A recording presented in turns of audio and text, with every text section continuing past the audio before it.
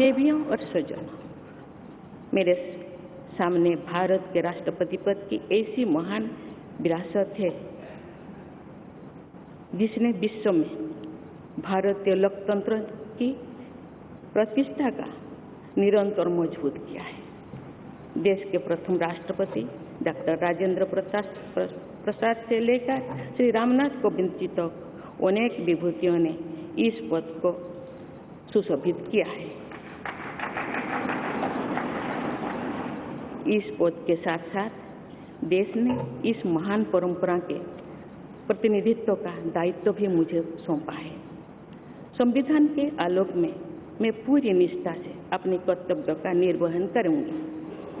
मेरे लिए भारत के लोकतांत्रिक सांस्कृतिक आदर्श और सभी देशवासी हमेशा मेरे ऊर्जा के स्रोत रहेंगे। देवियों और स्वजनों, हमारे संवैधानिक संग्राम में, स्वाधीनता संग्राम में एक राष्ट्र के तौर पर भारत की नई यात्रा की रूपरेखा तैयार की है। हमारा स्वाधीनता संग्राम उन संघर्षों और बलिदानों की अविरल धारा है जिसने आजाद भारत के लिए कितनी ही आदर्शों और संभावनाओं की सिंचा था। पूज्य बापू ने हमें स्वराज, स्वदेशी, स्वच्छता और सत्याग्रह द्वारा भारत के सांस्कृतिक आदर्शों की स्थापना का मार्ग दिखाया था। नेताजी सुभाष चंद्र बोस, नेहरू जी, सरदार पटेल, बाबा साहेब अम्बेडकर, भगत सिंह, सुखदेव, राजगुरु, चंद्रशेखर आजाद जैसे अनगिनत स्वाधीनता सेनानियों ने हमें राष्ट्र की स्वाभिमान को सर्वोपरि रखने की शिक्षा दी थी। रानी लक्ष्मीबाई, रानी वेलु नाचियार, रानी गाईदिन्यू और रानी चेन्निमा जैसी अनेकों वीरांगनाओं ने राष्ट्र इच्छा और राष्ट्र निर्माण में नारी शक्ति की भूमिका को नई ऊर्जा दी है। संथाल क्रांति, पाइक क्रांति से लेकर कोल क्रांति और भील क्रांति ने स्वतंत्रता संग्राम में आदिवासी योगदान को और सशक्त किया। सामाजिक उत्थान एवं देश प्रेम के लिए धरती आबा भगवान बिरसा मुंडा जी के बलिदान से हमें प्रेरणा मिली थी। मुझे खुशी है कि आज़ादी की लड़ाई में जनजातीय समुदाय के योगदान को समर्पित अनेक म्यूजियम देश भर में बनवाया जा रहा है। देवियों और स्वजनों, एक संसदीय लोकतंत्र के रूप में 75 वर्ष में भारत ने प्रगति के संकल्प को सहभागिता एवं सर्वसम्मति से आगे बढ़ाया है। विविधताओं से भरे अपने देश में हम अनेक भाषा, धर्म, संप्रदाय, खान पान, रहन सहन, रीति रिवाजों का अपनाते हुए एक भारत श्रेष्ठ भारत के निर्माण में सक्रिय है। आज़ादी के 75वें वर्ष के अवसर पर आया है अमृत काल। भारत के लिए नए संकल्पों का कालखंड है। आज मैं इस नए युग के स्वागत में अपने देश को नई सोच के साथ तत्पर और तैयार देख रही हूँ। भारत आज हर क्षेत्र में विकास का नया अध्याय जोड़ रहा है। कोरोना महामारी के वैश्विक संकट का सामना करने में भारत ने जिस तरह का सामर्थ्य दिखाया है, उसने पूरे विश्व में भारत की साख बढ़ाया है।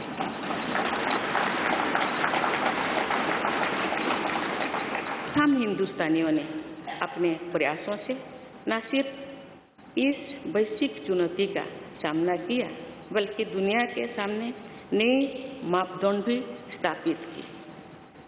कुछ दिन पहले भारत ने कोरोना वैक्सीन की 200 करोड़ डोज लगाने का कीर्तिमान बनाया है।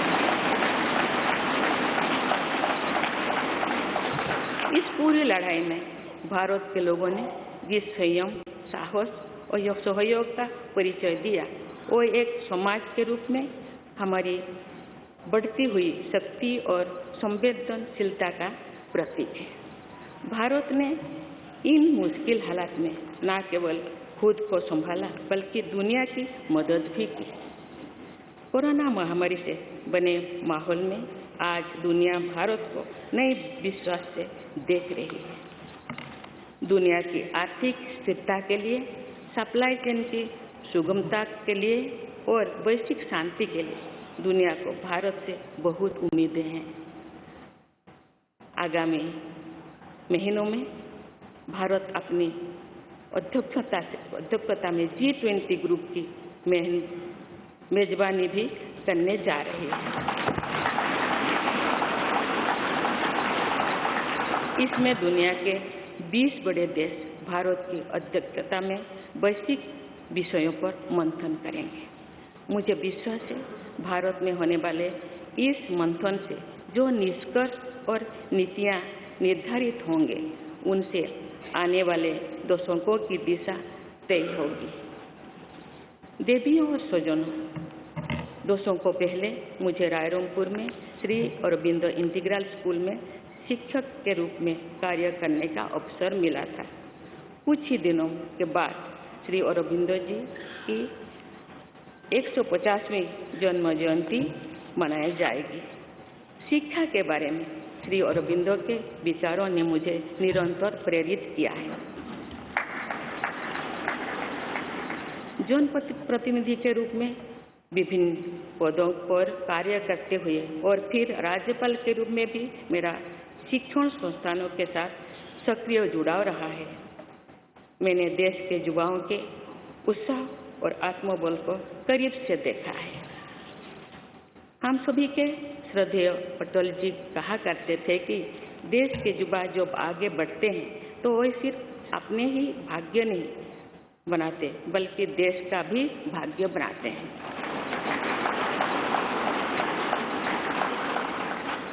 आज हम इसे सोच होते देख रहे हैं।